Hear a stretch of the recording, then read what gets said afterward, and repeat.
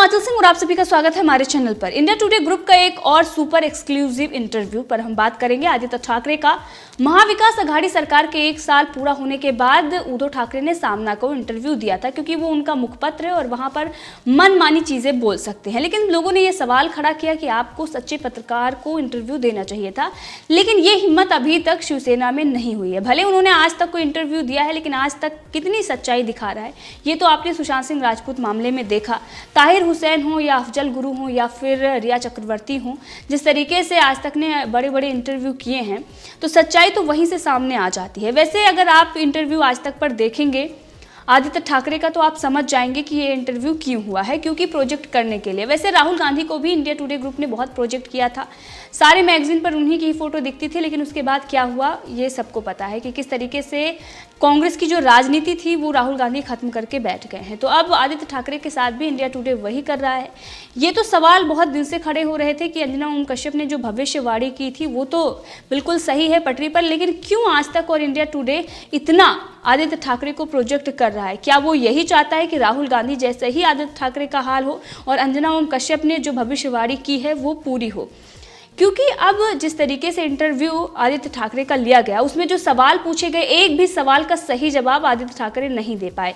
वैसे 1 साल पूरा होने पर इनको ये गिनाना चाहिए था कि 1 साल में मैंने कितना काम किया है, और पर्यावरण मंत्री रहा हूँ तो कितने बड़े बड़े फैसले हमने लिए हैं और वो जमीन पर दिखाई दे रहा है। इन सब की रिपोर्ट कार्ड उनको पेश करनी चाहिए थी, लेकिन ऐसा कुछ भी नहीं था। जो बड़े बड़े सवाल सुशांत सिंह राजपूत मामले में, दिशा साल्यान मामले में लग रहे थे, उस पर भी वो जवाब नहीं दे पाए। वो यही कह रहे हैं कि विपक्ष है वो तो कीचड़ आप पर फेंकेगा, और अगर आपको कीचड़ में रहकर उसमें व्यस्त रहना है तो आप रहिए, लेकिन हम तो जनता की भलाई का काम कर रहे हैं। लेकिन कितना जनता की भलाई का काम कर रहे हैं ये साफ दिख रहा है। वो उसी कीचड़ में हैं और कोई भी आरोप नहीं, क्योंकि ये अपने आप को बचा रहे हैं। वो आरोप जो लग रहे हैं उस पर जवाब देने की बजाय ये उससे बच रहे हैं, और किस तरीके से अपने आप को बचाने के लिए आरोप प्रत्यारोप कर रहे हैं, किस तरीके से लोगों को टारगेट किया जा रहा है। सिर्फ अर्नव, सिर्फ कंगना और उन लोगों को ही टारगेट किया जा रहा है जो सरकार की आलोचना कर रहे हैं। और ये आदित्य ठाकरे जो बात कर रहे हैं, अगर इनको ज़्यादा और नॉलेज चाहिए थी तो ये जाकर किशोर तिवारी जो इनके ही नेता हैं उनसे पूछ लेते कि सरकार क्या कर रही है। सरकार को और कोई काम नहीं है, वो अर्नव और कंगना के पीछे ही पड़ी हुई है। वो जिस दलदल की बात कर रहे हैं, जिस कीचड़ की बात कर रहे हैं कि उसी में व्यस्त रहा जा सकता है, लेकिन हम तो ऐसा नहीं कर रहे हैं, हम जनता की भलाई में काम कर रहे हैं। एक बड़ा शब्द उन्होंने बोला कि पारदर्शिता के साथ महाराष्ट्र सरकार काम कर रही है। अब कितनी पारदर्शिता है वो तो पूरी दुनिया में दिख रही है कि किस तरीके की पारदर्शिता महाराष्ट्र सरकार कर रही है। इसी के साथ उन्होंने कहा कि लोकतंत्र सबसे ज़्यादा महाराष्ट्र में, लोकतांत्रिक सरकार है जो ये गठबंधन जो बना हुआ है, इनका महाविकास अघाड़ी सरकार चल रही है, वो लोकतांत्रिक है। कितनी लोकतांत्रिक है ये तो जनता ही बता रही है कि किस तरीके की तानाशाही वहाँ पर चल रही है। आदित्य ठाकरे वैसे सारे मामले में गोलमोल कर गए, किसी मामले में उन्होंने जवाब नहीं दिया, लेकिन कुछ ऐसे जवाब उन्होंने दिए हैं जो अब उस पर बड़ी बहस हो सकती है। सबसे पहले तो इन्होंने कहा कि हम जनता की आवाज़ पर काम कर रहे हैं, हम जनता की आवाज़ बन रहे हैं। तो आप जो बैठे हुए हैं सत्ता में और जनता की आवाज़ कितना बन रहे हैं वो तो दुनिया आपकी जो कार्यशैली है उसको पूरी दुनिया देख रही है कि किस तरीके से जो लोग किसान हैं वो परेशान हैं। हर रोज़ विरोध प्रदर्शन हो रहे हैं, और सिर्फ बीजेपी की आप बात कर रहे थे, बीजेपी की सरकार केंद्र में है, हम उस पर बाद में आएंगे। जो ये कह रहे थे कि केंद्र में सवाल क्यों नहीं बीजेपी पूछती, अब उस पर तो हम बाद में आएंगे। वैसे इनको अनुभवी लीडर आज तक दिखा रहा था, क्योंकि इनको प्रोजेक्ट करना था आदित्य ठाकरे को, लेकिन कितना अनुभव है वो इंटरव्यू में ही सामने आ गया। कोई छोटा भी बच्चा वो समझ जाएगा कि बीजेपी की ही सरकार केंद्र में है तो वो विपक्ष की तरह काम वहाँ पर नहीं करेगी। वो महाराष्ट्र में विपक्ष में है, इसलिए वहाँ पर सवाल खड़ी करेगी। अब सबसे पहले ये कह रहे थे कि जनता के भलाई के लिए हम काम कर रहे हैं, तो जनता की भलाई में इन्होंने क्या क्या काम किए हैं। बड़े बड़े बिजली घोटाला इनका सामने आया, और इतना बड़ा घोटाला सामने आया उस पर इन्होंने एक भी जवाब नहीं दिया। 900 का जो जमीन घोटाला सामने आया, 900 करोड़ का जो जमीन घोटाला सामने आया, उस पर इन्होंने जवाब नहीं दिया। इसके साथ ही सुशांत सिंह और दिशा साल्यान मामले में तो आपने देखा कि किस तरीके से गोलमोल कर गए और जवाब नहीं दिया। उन्होंने कहा इस पर गंदी राजनीति हो रही है, लेकिन ये नहीं बताया कि नितेश राणे और इनके साथ ही नारायण राणे ने जिस तरीके के बड़े बड़े आरोप लगाए हैं उस वक्त मैं कहाँ था, और इस मामले में कोई लेना देना नहीं है मेरा। इन सब चीज़ों पर उनको बताना चाहिए था खुलकर, और ये बात करनी चाहिए थी कि आखिर क्या था और क्या नहीं था, या फिर इससे मेरा कोई लेना देना नहीं है। इस पर उन्होंने कुछ भी नहीं कहा और गोलमोल कर गए। लेकिन जो और मुद्दे हैं, जो वहाँ के लोकल मुद्दे हैं, उन सब को लेकर इनको जवाब देना चाहिए था, लेकिन नहीं दिया। वैसे आज तक ने सवाल भी कोई अच्छे नहीं पूछे थे, लेकिन जो लोगों का कहना था वो उन्होंने ये दिखाने के लिए कि इस पर हाँ आदित्य ठाकरे ने जवाब दे दिया, इसलिए वो सवाल पूछ लिए गए और क्रॉस क्वेश्चन एक भी उनके तरफ से आज तक की तरफ से नहीं था। ठीक राजदीप सरदेसाई ने भी ऐसा ही इंटरव्यू किया और बेबी पेंगुइन का नाम आ रहा था सुशांत सिंह राजपूत मामले में, और इसीलिए उन्होंने आदित्य ठाकरे से सवाल पूछा। तो लोगों का ये कहना है कि अब बेबी पेंगुइन का जो मतलब होता है कि राजदीप सरदेसाई ने आदित्य ठाकरे को सही मायने में बता दिया है, ये सवाल भी खड़े हो रहे हैं।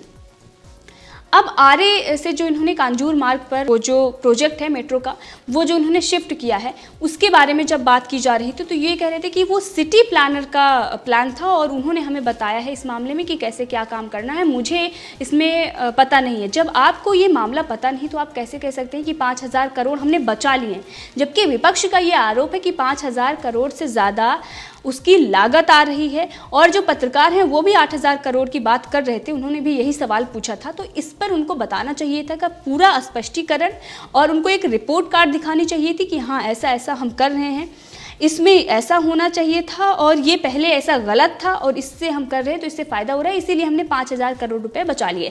जबकि विपक्ष ने जब आरोप लगाए थे तो उन्होंने बताया था कि मेट्रो कार प्रोजेक्ट जो शिफ्ट किया गया है 8 किलोमीटर ज़्यादा दूरी हो रही है, इसके साथ ही जिस ज़मीन पर इन्होंने शिफ्ट किया है वो केंद्र की है, और इन सब को लेकर वो कोर्ट में मामला चल रहा है। जब उसमें फैसला आएगा तो 5 साल ये डिले हो गया है और इसी वजह से ये अतिरिक्त खर्च भी आएगा। पूरी चीज़ें उन्होंने डिटेल्स में दी थी, लेकिन आदित्य ठाकरे ये नहीं दे पाए क्योंकि उनको सिर्फ फॉर्मेलिटी अदा करनी थी, सिर्फ दिखाना था कि 1 साल पूरा होने के बाद उन्होंने इंटरव्यू किया है और ये पहली बार उनका इंटरव्यू था। उनको ये दिखाना चाहिए था कि हाँ महाराष्ट्र की जनता के लिए हमने काम किया है।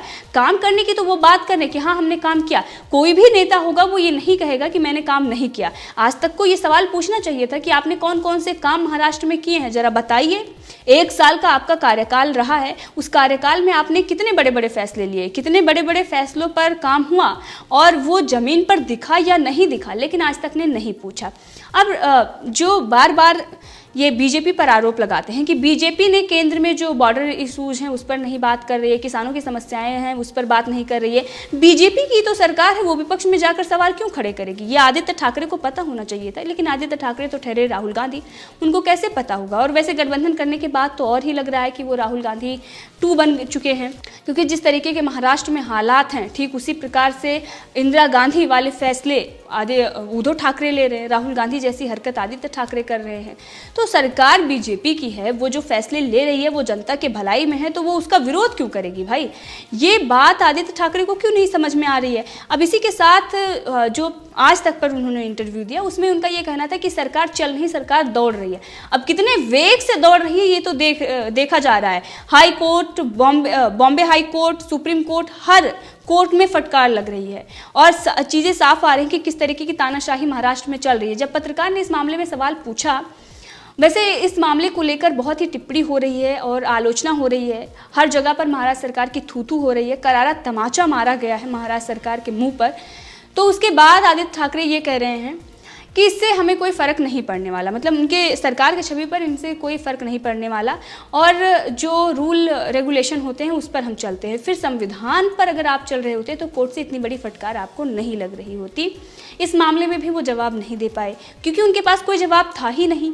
अब पत्रकार बार बार जब उनको जवाब नहीं मिल रहा था तो वो क्रॉस क्वेश्चन तो पूछेंगे नहीं, वो बार बार सवाल को आगे कर दे रहे थे क्योंकि वो आज तक चैनल है और वहाँ पर उनका कुछ अपना ही प्रोपेगेंडा चलता है, तो क्रॉस क्वेश्चन तो वहाँ पर हो ही नहीं सकता। अगर कोई जवाब नहीं दे रहा है, जब तक जवाब ना मिल जाए तब तक दूसरा सवाल ना पूछा जाए, ऐसा तो वहाँ पर होता नहीं है। राजदीप सरदेसाई के साथ भी यही है। राजदीप सरदेसाई सिर्फ और सिर्फ दिखाते हैं कि आदित्य ठाकरे का हमने इंटरव्यू लिया और महाराष्ट्र के वो भावी सीएम हैं, वो यहाँ पर आते हैं, हम इस तरीके से इंटरव्यू करते हैं। तो इस तरीके से प्रोजेक्ट किया जाता है। प्रधानमंत्री बनाने की फिक्र में थे राहुल गांधी को, लेकिन आज क्या हो गए, एक सांसद बन के रह गए हैं। और वो भी वहाँ से जहाँ पर सबको पता है कि बीजेपी की बहुत सालों से वहाँ पर सीटें नहीं हैं और ये गढ़ रहा है, और किस प्रकार के लोग वहाँ पर हैं, इन सब को देखते हुए राहुल गांधी को इस तरीके की सीटें मिल गई थी। तो आदित्य ठाकरे के बारे में लोगों का ये कहना है कि इस बार तो वो मंत्री बन गए, आगे से वो एमएलए बनने के भी लायक नहीं बचेंगे, क्योंकि जिस तरीके से उन्होंने इस मामले में चीज़ों को छुपाया है, चीज़ों को दबाया है। क्योंकि सीबीआई के विरोध में ये क्यों खड़े हुए थे? आज तक को ये सवाल पूछना चाहिए था कि अगर आपको इस मामले में डर नहीं था तो क्यों आप सीबीआई के विरोध में खड़े हुए थे? प्रताप सरनाइक का इतना बड़ा मामला सामने आया, 10 साल में 800% उनकी जो संपत्ति है वो बढ़ जाती है। उद्धव ठाकरे को, आदित्य ठाकरे को इस मामले में जवाब देना चाहिए था। आदित्य ठाकरे अनुभवी मंत्री हैं, अनुभवी नेता हैं, ये बात कर रहे हैं आज तक वाले, तो इनको बताना चाहिए था कि प्रताप सरनाइक जो इनके बहुत बेहद करीबी हैं, उन पर इस तरीके के आरोप लग रहे हैं इनके द्वारा, और सच्चाई सामने आ रही है। ईडी खुलासे कर रही है कि विदेशों में उनकी संपत्तियां हैं, लंदन में उनकी संपत्ति है। इस सब को लेकर उनको स्पष्टीकरण देना चाहिए था, ये बताना चाहिए था कि ये गलत है, ऐसा नहीं है, सच्चाई ये है। क्योंकि इनके पास सच जो है वो आ चुका है, इनके पास कोई जवाब नहीं है, सिर्फ और सिर्फ ये अपने आप को बचाने के लिए। और सबसे बड़ी बात जो इन्होंने कही कि जो आने वाला चुनाव है, महानगर पालिका का चुनाव है, उसमें तीनों पार्टियां, कांग्रेस, एनसीपी और इसके साथ ही शिवसेना, तीनों पार्टियां एकजुट होकर ये चुनाव लड़ने वाली हैं। तो आदित्य ठाकरे को ये भी नहीं पता कि कांग्रेस ने अपने आप को अलग कर लिया है। कांग्रेस ने कहा है कि हम शिवसेना के साथ गठबंधन में चुनाव नहीं लड़ेंगे। तो आदित्य ठाकरे को पता क्या है?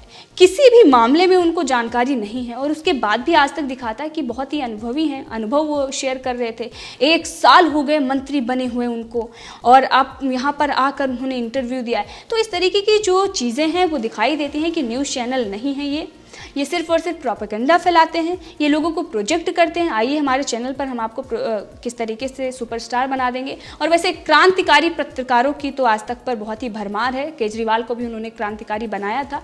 तो इस तरीके के इंटरव्यू तो वहाँ पर होते ही रहते हैं, उसमें कोई बड़ी बात नहीं है। लेकिन अब आदित्य ठाकरे का इंटरव्यू अगर हम देख के बात करें तो साफ नज़र आता है कि आदित्य ठाकरे के पास ना कोई विजन है, ना उनको किसी बात की जानकारी है। सिर्फ और सिर्फ उनके जो दादाजी ने जो कुछ कमाया है उस पर वो राज कर रहे हैं। और यही बात कंगना रनावत ने कही थी कि सबसे ख़राब प्रोडक्ट हैं आप नेपोटिज्म के। उद्धव ठाकरे और आदित्य ठाकरे के बारे में उन्होंने ये बात कही थी। इससे पहले अंजना ओम कश्यप भी भविष्यवाणी कर चुके हैं। तो वहाँ पर जाकर अगर अपने आप को इस तरीके से दिखाते हैं और दुनिया को दिखाते हैं तो सच्चाई सबके सामने है, किसी को दिखाने की कोई ज़रूरत नहीं है। काम बोलता है। अगर आप काम करते तो आज आपको 1 साल पूरा होने पर इस तरीके से मुंह छिपाना नहीं पड़ता और उन चैनलों पर ही जाकर बात नहीं करनी पड़ती जो आपके फेवर में ही रहते हैं, जो रिया चक्रवर्ती को बिठाकर भी झूठ बुलवा देते हैं। तो इस पर सच्चाई सामने आ रही है। अगर उन्होंने काम किया होता तो रिपब्लिक भारत पर जाकर और वो दावे से दिखाते कि हाँ ये हमने काम किया है। जिस तरीके से आज तक पर बैठकर जो केंद्रीय मंत्री हैं वो दिखाते हैं कि हाँ हमने 1 साल में इतने बड़े बड़े फैसले लिए हैं और इस तरीके से हमने काम किया है, जनता के भलाई में काम किए हैं, कितने लोगों तक इसका लाभ पहुंचा है, बड़े बड़े काम किए गए हैं। जिस पर वो ये कह रहे हैं कि बीजेपी केंद्र सरकार पर सवाल नहीं खड़े करती है। मतलब बीजेपी की ही सरकार है और वो जाएगी वहाँ पर विपक्ष में खड़ी होकर वो सवाल पूछेगी। तो यहाँ पर बिल्कुल वो राहुल गांधी की तरह बात कर रहे थे, उनको कोई जवाब भी देना नहीं आ रहा था। अगर उद्धव ठाकरे आते तब भी थोड़ी उनकी इज्जत शिवसेना की बच जाती, क्योंकि उद्धव ठाकरे धमकी वमकी दे के चले जाते जिस तरीके से सामना में उन्होंने दी, तो इस तरीके से उनकी बेइज्जती ना होती। तो इस पूरे मामले में आपका क्या कहना है कमेंट करके ज़रूर बताएं। इसी के साथ अगर आपने अभी तक चैनल को सब्सक्राइब नहीं किया है तो कर लें ताकि हर अपडेट आप तक पहुँचती रहे। धन्यवाद।